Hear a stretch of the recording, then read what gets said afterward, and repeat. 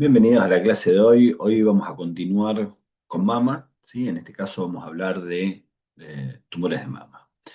Teniendo en cuenta primero que es la primera y o segunda eh, neoplasia en frecuencia en la mujer. Eh, a ver, es una de las neoplasias malignas no cutáneas más frecuentes. Eh, Está todos los años ahí viendo con el pulmón, algunas veces más el pulmón, otra es la mama. ¿Sí? Como causa de muerte, ¿no? Por eso está entre primero y segundo. Ustedes piensen que una mujer que vive 90 años, existe la probabilidad, una de cada 8 mujeres, ¿no? Que desarrolle el cáncer de mama. eh, y lógicamente que va a ir aumentando la incidencia a partir de los 30 años, ¿sí? De vida, entonces hay que prestarle mucha atención. Muy bien. Por un lado, ¿qué hay que tener en cuenta en todo esto? ¿Sí? Más allá de los, hay dos factores protectores, ¿no? Como va a ser el embarazo, la lactancia. Hay que tener en cuenta que el 80% está representado por el carcinoma ductal infiltrante, ¿sí? Y el 15% está representado por el lobulillar, ¿sí? Bueno, un carcinoma infiltrante. A ver, es una patología prevalente, es uno de los tumores más importantes en la mujer, ya sea por su presentación, pronóstico, se podría estar actuando de forma temprana, hay gran posibilidad de actuar en forma temprana, lo cual reduce lo que va a ser la morbilidad, la mortalidad. Y bueno, hoy en día, sí, bueno, con este desarrollo, nuevas, ¿no? Nuevas medicaciones, nuevas drogas, eh, ya empiecen a adquirir importancia y vamos a ver muchos marcadores, ¿no? Los cuales que tenemos que tener en cuenta. Ahora, ¿cómo podemos dividir a los tumores de mama? Muy general, ¿no? Lo podemos dividir en in situ o infiltrante. Dentro de los in situ vamos a hablar de ductal o lobulillar. Dentro de los ductales, ¿sí? Comedociano, cribiforme, micropapilar, papilar y sólido. ¿Sí? Y después de los infiltrantes puede ser no especial o especial. Dentro de los no especiales, el ductal infiltrante y el especial, sí, ya sea lobulillar, que no es más frecuente, pero puede ser medular tubular mucinoso, ¿sí? Dentro de los que podemos hacer una clasificación más fácil. Ahora, algo fundamental que nosotros tenemos que tener en cuenta tiene que ver con los factores de riesgo. ¿Sí? Lógicamente que primero ser mujer, sí, el hombre existe la posibilidad también de desarrollar un cáncer de mama, pero piense que la mama del hombre está atrofiada, que puede desarrollar los mismos tumores, ¿no? que vamos a hablar en la mujer, pero bueno, la frecuencia de aparición es muy baja, ¿sí? En cambio, la mujer sí es bastante importante. Dentro, uno de los factores más importantes son la edad y la estimulación estrogénica. Casi todas las neoplasias malignas de la mama son adenocarcinomas y los pueden dividir en grupos biológicos que tengan que ver con los receptores para estrógeno, ¿sí? Eh, los HER2, ¿sí? Y ahí empezamos a ver si son positivos para el RE, que es el receptor de estrógeno, negativos para el HER2, si son positivos para el HER2, ¿sí? Y pueden ser positivo o negativo para los receptores de estrógenos o negativo para los dos, ¿sí? Esto va variando un poquitito el tema de los porcentajes, ¿no? Generalmente son positivos para receptores de estrógenos y van a ver que negativos para los HER2. Ahora, dentro de esos factores, más allá de ser mujer, bueno, la mutación en la línea germinal sobre los que son los BCRA, el uno y el 2, tener familia de primer grado de cáncer de mama, la raza, la etnia, ¿sí? Generalmente las personas blancas, ¿sí? No hispanas, tienen mayor riesgo. La edad era uno de los factores importantes y recuerden que sí, aumenta la probabilidad con la propiedad. Hay que tener en cuenta la menarca, ¿sí? En chicas menores a 11 años, lo cual aumenta el riesgo. La menopausia, ¿sí? Una menopausia tardía también aumenta el riesgo. ¿A qué edad si tuvieron el primer hijo, si hay que tener en cuenta si ya tengo alguna enfermedad mamaria, ya sea benigna, si estamos expuestos a estrógenos, ¿sí? Uno habla de la densidad de la mama, mayor densidad, mayor riesgo, si estuvimos expuestas a radiaciones, si tengo un carcinoma de mama contralateral o endometrial. A ver, la dieta, lógicamente que el alcohol me aumenta el riesgo de cáncer de mama. Eh, yo te diría, bueno, la obesidad disminuye, ¿sí? El riesgo en menores de 40 y lo aumenta si soy menopáusica. Bueno, el ejercicio, sí, el ejercicio es muy importante, ¿no? Para lo que es acá el cáncer de mama, el tema de lactancia, ¿sí? La lactancia, acuérdense, lactancia, embarazo disminuyen el riesgo, ¿sí? Y bueno, y después toxinas ambientales, ¿no? Que lo pueden aumentar. Muy bien. Esto es muy general, ¿no? Todos los factores. Ahora, ¿qué más nosotros podemos encontrar, no? Hay un cáncer de mama familiar, ¿sí? Y un cáncer de mama esporádico. Lo podemos dividir así. ¿Por qué? El 12% se produce el familiar debido a la herencia de un gen o genes identificados. Estos son los BCRA1 y 2. eh, y representarían, ¿sí? El 3% del total de los cánceres de mama, que haya mutación tanto en el BCR1 como el BCR2 en un 80-90%, fíjense bien, ¿no? Ahora, un cáncer de mama esporádico tiene que ver exposición a la parte hormonal, sexo, edad, menarca, menopausia, antecedentes reproductivos, lactancia, ¿sí? Si consumen estrógenos de tipo exógeno, ¿sí? Más que nada tiene que ver con eso. Ahora, cuando uno se pone a hablar de los mecanismos moleculares, las carcinogenias y la progresión tumoral, acá sí pasa a ser importante el tema de, ¿sí? El RE, ¿se acuerdan? Los receptores de estrógeno, el HER2. ¿Por qué? Los cáncer positivos para el RE, negativo para HER2, surgen por una vía dominante, el cáncer de mama, ¿sí? Constituyen 50-65% de los casos, y el más frecuente es que hereden mutaciones del BRCA2, ¿sí? En la línea germinal. Los cáncer positivos para HER2 se relacionan con una vía de amplificación del gen HER2 en el cromosoma 17, representan el 10-20% de todos los cánceres de mama. ¿Sí? Acuérdense, pueden ser positivo o negativo para el RE, el receptor de estrógeno.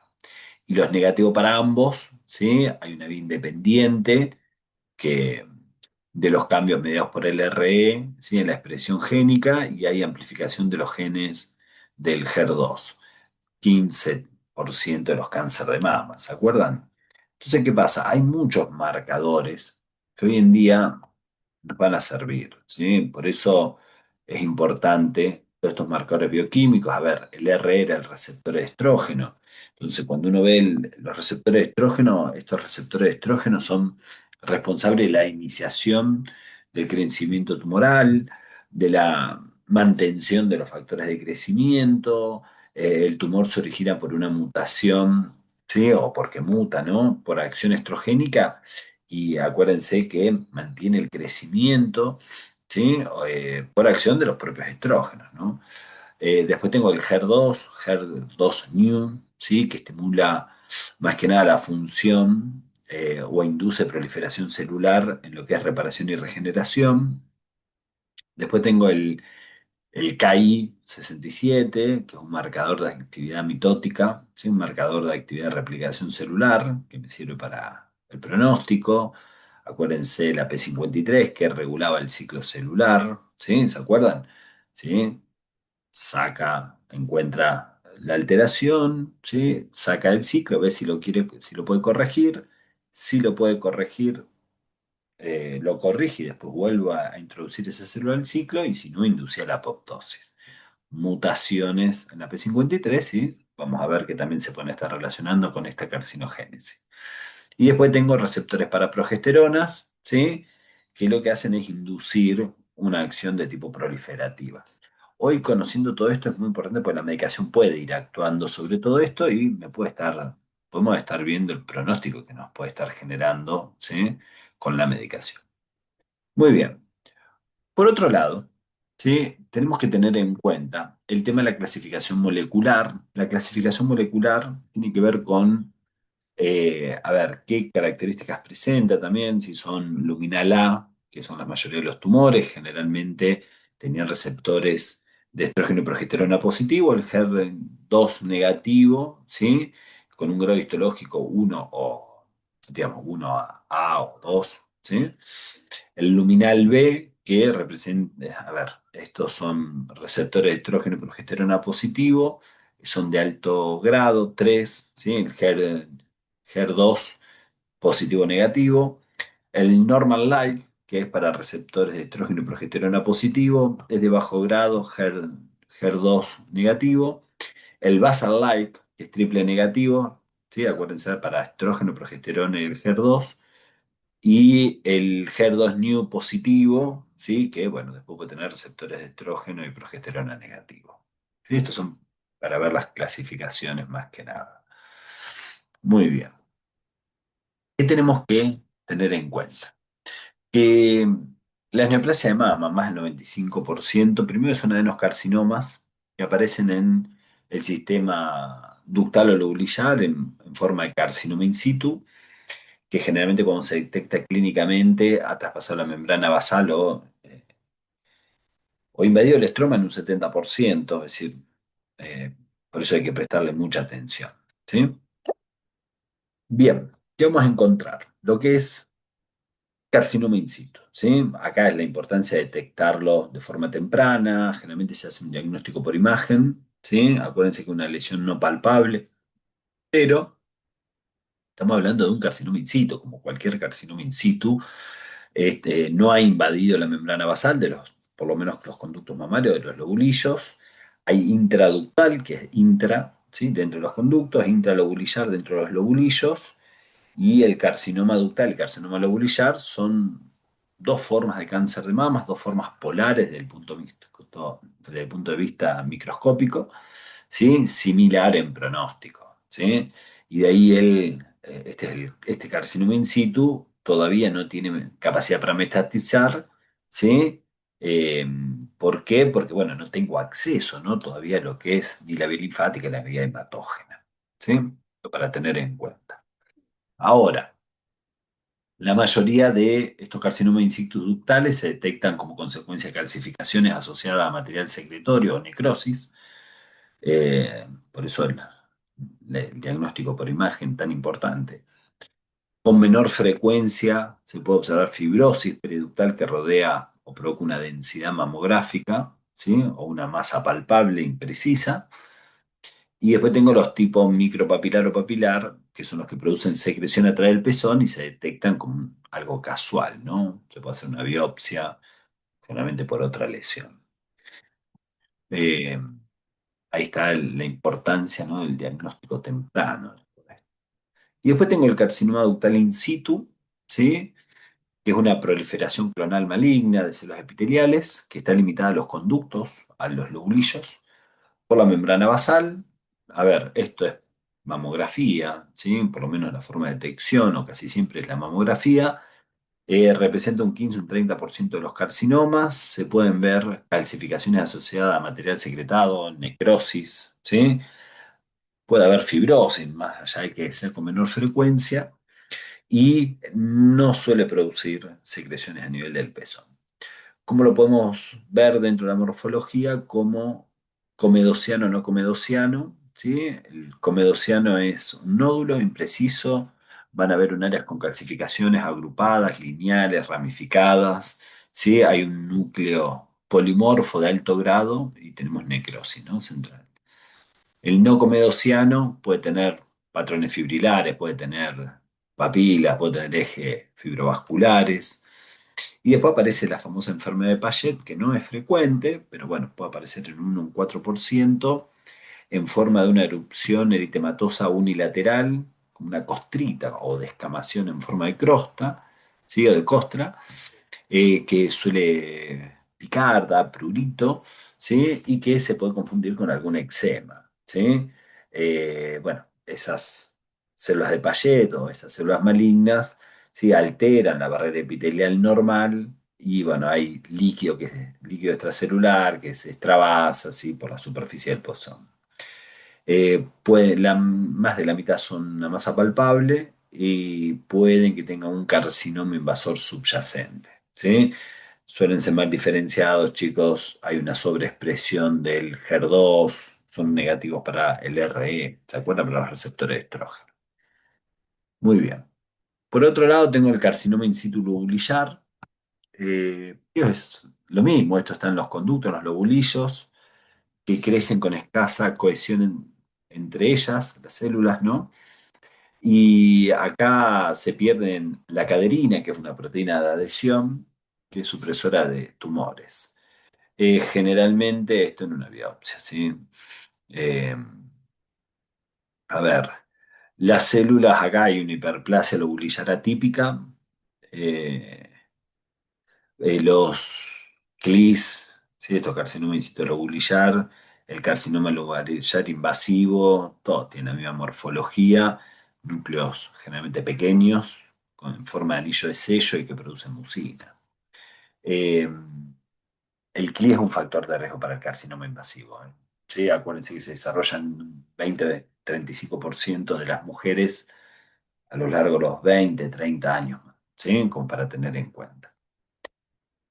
Y después viene el carcinoma invasivo, ¿no? Carcinoma invasivo, infiltrante, pues tiene algunas características generales. Primero, que es una masa palpable, más o menos de 1 centímetro, que la delimitación es variable, es sólido, es de crecimiento expansivo, que pueda haber formas infiltrativas difusas, que pueda adherirse a piel y a capas musculares y que puede generar retracción, ¿sí? De lo que va a ser el pezón, ¿sí? Bueno, esto es para ver que vean los diferentes tipos histológicos, ¿sí? En orden lobulillar, ¿sí? Lobulillar, mucinoso, tubular, ¿sí? Papilar, apócrino, ¿sí? Micropapilar, bueno, con patrón medular y secretor, ¿sí? Dentro desde el aspecto histológico, ¿no? Bien, dentro de la morfología, bueno, estos aparecen en mamografía como calcificaciones sin densidades, miden generalmente, no llegan al centímetro, y se ve como una masa, qué sé yo, irregular, radiopaca, ¿sí? Parece una masa dura, ¿no? Los de mayor tamaño, acuérdense que pueden invadir músculos. Tengo el pectoral, ¿no? Se fijan al tórax, se pueden fijar a la dermis, ahí es donde, a la piel, genera depresiones en la piel, pezón, ¿sí? Y generalmente cuando uno estadifica el tema de los grados de malignidad de Nottingham, ¿sí? El 1, 2, 3, el uno crece con un patrón tubular, núcleos redondeados, el 2 puede ser tubular con acúmulos sólidos o células infiltrantes, y el 3 son nidos desiguales o láminas sólidas de mayor tamaño. Muy bien. Dentro de las morfologías especiales, acá tenemos, ¿sí? Bastantes variantes, ¿no? Yo tengo el carcinoma lobulillar, que son generalmente masas irregulares duras, infiltrante o un patrón infiltrante difuso. Hay células en anillo, ¿no? Que contienen mucina. El carcinoma mucinoso o coloidal puede ser blando o elástico, gelatinoso, un color más bien azulado. El tubular, que se confunde con una lesión escleromatosa benigna, con brotes apócrinos, ¿sí? Tiene atipía. El carcinoma papilar, bueno, por las papilas, por tejido fibrovascular. El carcinoma apócrino son núcleos grandes, son células eosinófilas. El carcinoma micropapilar, como bolas huecas, ¿sí? De células que flotan en líquido intracelular, ¿sí? Parecen papilas. El carcinoma medular, blando, mínima desmoplasia, una masa bien definida que generalmente se caracteriza por tener un infiltrado linfoplasmocitario intenso, bordes compresivos, mitosis frecuente, un nucleolo prominente, las células, ¿sí? Las células que son grandes, ¿sí? Se ven láminas sólidas, como para ir diferenciando, ¿no? Entre uno y otro. Muy bien. Generalmente, bueno, el tema de las metástasis hay que tener en cuenta el tema de que generalmente estamos en T3, Metástasis hay que pensar en ganglios axilares, es una adenopatía axilar, que es lo más frecuente. Después puedo ir dentro de la metástasis hueso, ¿sí? La columna. Son, como toda metástasis, generalmente son de tipo osteolíticas o osteoporóticas, ¿sí? Acuérdense que la única excepción era el cáncer de próstata, ¿sí? Después puedo ir al hígado, ¿sí? Hay una diseminación retrógrada, ¿no? Hacia el hígado. Y después, bueno, chicos, a ver, pulmón hay que prestarle mucha atención, pleura, contigüidad, ¿sí? Y bueno, después puede ir, sí, a distintos lugares, ejemplo, ¿sí? Sistema nervioso. Muy bien. Cuando voy a ver la estadificación, hay distintos tipos de estadificación, ¿sí? Que nos van a ir dando, chicos, la supervivencia, el famoso TNM, ¿sí? Solamente que acá lo vamos a ir viendo con centímetros, ¿sí? Y cuántos ganglios están afectados, ¿no? Ahí tienen un cuadrito como para que lo tengan presente. ¿Qué me indica esto, chicos? En el estadio, fíjense, más bajo, en un estadio 4, fíjense la supervivencia a 5 años, cómo cae, ¿sí? Entonces ahí está la importancia de el tema del tamaño, si invadió o no invadió, la menor cantidad de ganglios, ¿sí? Sin metástasis. Entonces ahí es donde la importancia es esa, más que nada. ¿Estamos? Eso, presten atención, sí, el famoso TNM. Y después, como para ir viendo, sí, lo que eran tumores de estromas. Los tumores de estromas, tengo el fibroadenoma y el tumor filoides. Nosotros lo vamos a describir, pero a ver, con este cuadro comparativo, por lo menos para tener en cuenta, el filoides puede haber benigno maligno, es blando, muchas células, mucha mitosis, deriva del estroma y del epitelio, mixto, y generalmente es mujeres mayor a 30 años. Si yo veo el fibroadenoma, es uno de los benignos más frecuentes, por lo menos a nivel estromal, bien delimitado, duro, pocas células, fíjense las diferencias, ¿no? Generalmente menor a 30 años, también deriva del estroma y el epitelio, ¿no? Mixto, y esto hay un crecimiento, ¿sí? Estimulado por las hormonas, ¿no? Quiere decir que en la menopausia debería sufrir, ¿sí? Algo de atrofia. Muy bien. Sí, por lo menos, chicos, esto para tener una comparación entre uno y otro. Ahora, si yo veo el fibroadenoma, ¿sí? Tiene algunas características. A ver, el tumor más frecuente, por lo menos de la mama femenina, entre los 30 y 40 años en una mujer adulta, es de estroma y epitelio. Si es mixto, suele ser una masa palpable. Puede haber calcificaciones, densidades en la mamografía, responde a hormonas, ¿sí? Por eso durante la gestación aumenta, pero en la menopausia se disminuye. Lo más común es que se presente como una masa única palpable, bien delimitada, móvil, no adherido, sólido, indoloro, denso, ¿sí? Que puede aumentar de tamaño. Son de crecimiento lento, ¿sí? Eso para prestar la atención. Eh, a ver, tengo que tener en cuenta que, lógicamente, ¿sí? Acuérdense, durante la edad fértil, ¿sí? O si quieren, ¿sí? 30, 40 años, ¿sí? Estamos todavía en edad fértil y entonces ahí es lo que hace que aumente, pero bueno, en la menopausia se va a hacer más chiquitito, más firme, más durito, ¿sí? Va a tender a atrofiarse, a involucionar, ¿no?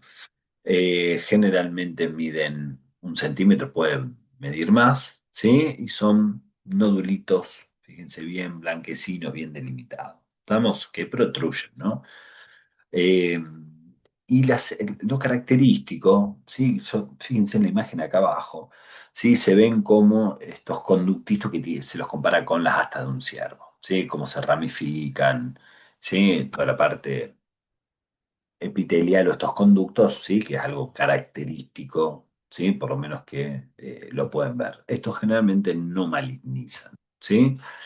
Y después sí, ya me voy a lo que es un tumor filoides, el cistosarcoma filoides, si quieren, tumor que crece rápido, que puede haber, está bien, benignos, malignos, mientras mayor sea la edad de la mujer, bueno, hay mayor probabilidad de que sea maligno, y estos nacen directamente del estroma intralobulillar, ¿sí? son menos frecuentes, yo te diría, es más frecuentes mayores, en mujeres, ¿sí? Mayores a 60 años. Y también son masas palpables, que pueden ser benignos, pero bueno, pueden ser malignos, que, a ver, varían de tamaño. Las lesiones, a ver, hay un estroma proliferativo laxo, ¿sí? Recubierto de epitelio, mucha celularidad, mucha mitosis. La mayoría son de bajo grado, ¿sí? Y se ven esas masas carnosas irregulares, nodulares, trabeculadas, pueden ser blandos, pueden estar bien delimitados, pero bueno, una característica, el tema de crecer rápido, ¿sí? Generalmente esto hay que pensarlo en mayores a, por lo menos mayores a 30 años, ¿sí? Eso para tener en cuenta y acuérdense, chicos, que puede haber tantos benignos, ¿sí? Como eh, malignos, ¿sí? Muy bien, acá terminamos la clase de tumores de mama, ¿sí? Préstenlo atención, miren bien las clasificaciones y nos estamos viendo en la próxima clase, ¿sí? Así que bueno, nos vemos, hasta luego, chau, chau.